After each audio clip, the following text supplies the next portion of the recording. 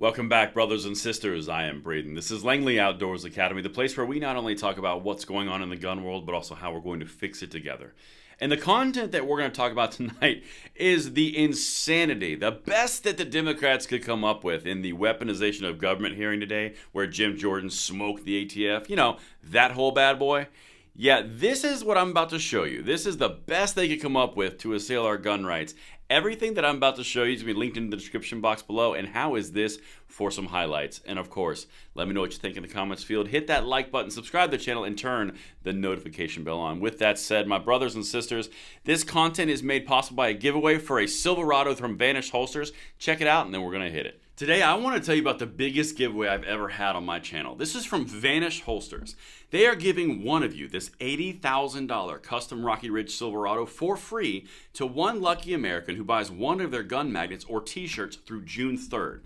And all you have to do to get a shot at that truck is get one of these bad boys, the storage magnet from Vanish Holsters. You are talking about rare earth magnets that will hold up to 45 pounds across any terrain once it's mounted in your vehicle. It can not only hold the gun itself, also has room for one magazine, and on top of that, it will not scratch at all your firearm. Now, to get entries for this truck, make sure you check this out at the link in the description box below. Vanish is looking to hook you up. This is something where you get a massive discount just for clicking right down there, and you get the entries as well. Thank you so much to them, and check. All right, beautiful people. I've got a few clips from you from Debbie Wasserman Schultz. This is a Democrat acolyte who's full on gun control all the time, all full throttle. Now, I'm going to show you 5 clips. We're going to go in this together, and we're going to destroy this clip by clip because, again, this was in a hearing that was all about Brian Malinowski, the guy who got shot by the ATF in his home during a 6 a.m. raid, and the abuses of power by the ATF to shut down FFLs.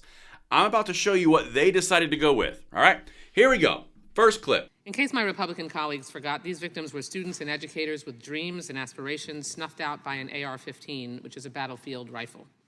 One was Alyssa Al-Hadaf, a 14-year-old soccer star. Another, Scott Bagel, a teacher who died protecting his students.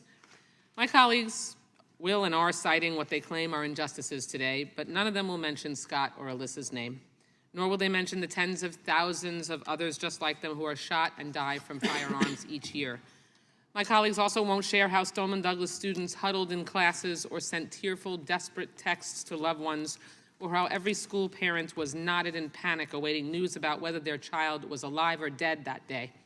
But my colleagues are not here to talk about those real-life but grim gun realities. They want to bury those realities and ignore the fact that the U.S. gun homicide rate is 26 times that of other high-income countries. Instead, they brought us here to do the bidding of the gun lobby, and for that, they should be ashamed of themselves. The gun lobby. Oh, don't worry. We're about to get to the Brady campaign, that whole gun control group. That's the witness she's about to address.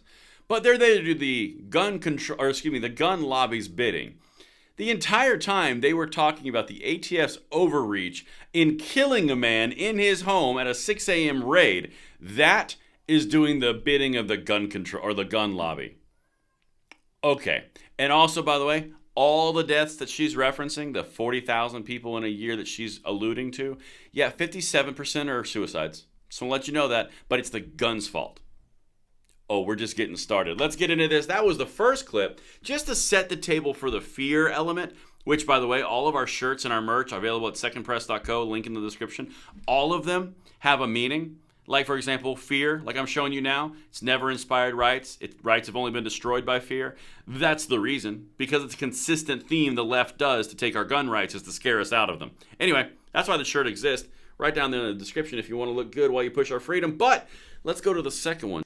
Ms. Hampson, I want us to clear up the ridiculous assertion that gun dealers' licenses are revoked over minor clerical errors or typos. Isn't it true that clerical errors can often be serious problems that cause guns to fall into a criminal's hands, and that a typo could be an attempt to falsify business records? That is true. And as you noted, when discussing the zero tolerance policy, there are 5 enumerated actions that will qualify, and it would be something like falsifying a record, which you cannot do accidentally. You can't, by a typo, falsify a record. It has to be a willful and deliberate violation. Like, for example, it could include not running a background check on a purchaser when legally required to, or include selling that firearm to a violent felon, correct? Correct. Is it fair to say, then, that clerical errors includes very dangerous situations where firearm dealers shirk their duties and sell guns to criminals? That's not only true, but they're not clerical errors when you look at what they actually are. These are deliberate and willful wrongdoings. So clerical errors, in the Democrats' opinion, is now not doing a background check at all, which is a violation of federal law and a violation of FFL responsibilities, and selling guns to convicted felons who are prohibited persons. Those are clerical errors. Now, of course, they're not going to tell you that the clerical errors that she's talking about and that the Republicans are alluding to are ones where they say street instead of ST with a period, or do a period instead of a comma, or they misspell something. Those are the clerical errors that they are shutting down FFLs over. If you don't believe me, we're going to talk about this tomorrow on Second Legacy with Tim, who is affiliated with a gun shop, who runs FFLs, and I guarantee you he will tell you something very similar. They're gaslighting. These are all predetermined points to get through the gun control narrative through the weaponization of government committee that they're on. So just keep that in mind. Gun dealers are all so evil that they want to bypass the background check system. They don't want to do any of the background check of the NICS, nothing. They want to sell to convicted felons and prohibited persons just to make $23 profit overhead on a Glock and then lose their entire FFL and their business and go to jail and pay a fine. Makes total sense. Well thought out, Debbie. But let's continue. We've got 3 more. It only gets crazier from here. Check this out. That I'm concerned about getting their hands on guns are domestic abusers. Every month, an average of 70 women are shot and killed by an intimate partner. That's more than 2 per day in the United States. Yet today we sit here so gun lobby lackeys can try to block background checks that would prevent these abusers from getting guns in the first place. We're here so Republicans can protect gun traffickers who skirt the rules and let guns fall into criminal hands. To pretend that non-compliant dealers are the victims, and we are losing thousands of our mothers, sisters, and daughters to abusers who get their hands on guns, sure seems like that's why we're really here. I don't even know where to start with that one. Republicans are helping people arm criminals because they don't like women, mothers, children, daughters, all that. Because in a nation of 400 million people, there are 2 victims a day, which are horrible. Not saying that it's not horrible, but criminals doing criminal things, and that's the respective gun owner who is legal in this nation's fault. See, what they try to do is they try to make it everything scary, everything horrible, everything drastic. We're going to get to more of that in a second. And then they try to pin it back on you because the very gun exists, and therefore if you had that gun, it's all your fault. They always try to do this. So the actions of a criminal or a murderer or a rapist or a XYZ, all of those actions are directly related to the gun. And since you support gun rights, it's also your fault. That's how they do this. It's a big game. After all, we're doing the bidding of the gun lobby by enabling people to have their rights. Okay, that's 3. Like I said, people, we're just getting started. How about some more of women can't handle anything? Because there's nothing that makes me happier than seeing the champions of women, the Democrats, sit there and say women are too stupid, weak, and frail to have guns. Don't believe me? All right, let's go. Let's get it. How much more is an abused woman likely to die if her male abuser has a gun? The exact statistic just left my mind, but I believe it's 4 times. I think it's 5 times, 5 times actually. as likely, yes. And why is that? It's because having a firearm in that situation makes it more likely for it to escalate quickly. And contrary to some of the statements around it being an equalizer for women, even if a woman has a firearm, she can quickly be disarmed and that gun can be turned against her. Right, and yet I've heard my Republican colleagues say that the solution to this is for women to have guns too. Tell me, Ms. Sampson, does a woman having a gun in the home make her safer against an intimate partner? Absolutely not. In general, isn't it true that adding more guns to a violent situation actually increases fatality rates? That's correct. Isn't that interesting? How she asked a question of a gun controlling witness from the Brady Group. The Brady Group messed up the answer of 4, and then Wasserman Schultz, the person who asked the question, answered for her. Isn't that weird? It's almost like it's a predetermined script that they have worked out ahead of time. I don't know. Anyway, something I just noticed.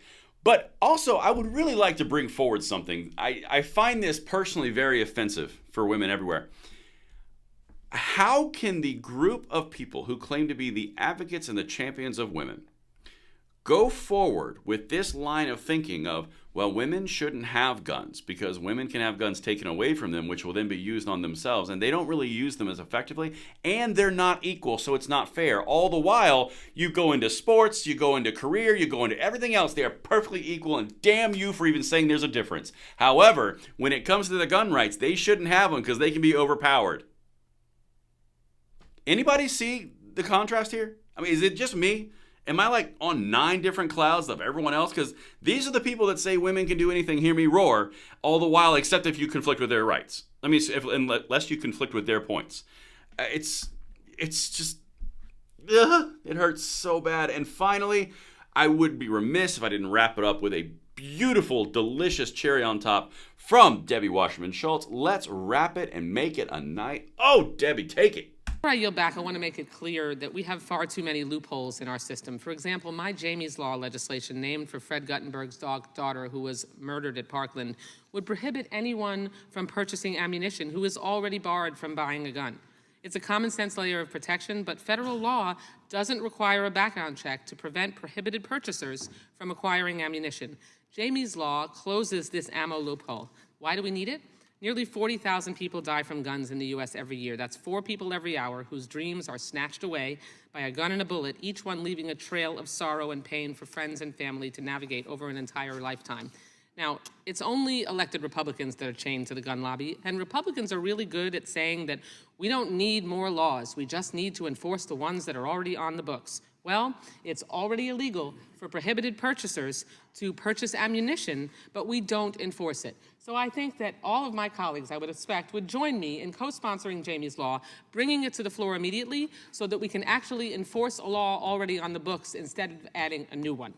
Thank you. Practice what you preach. I yield back the balance of my time.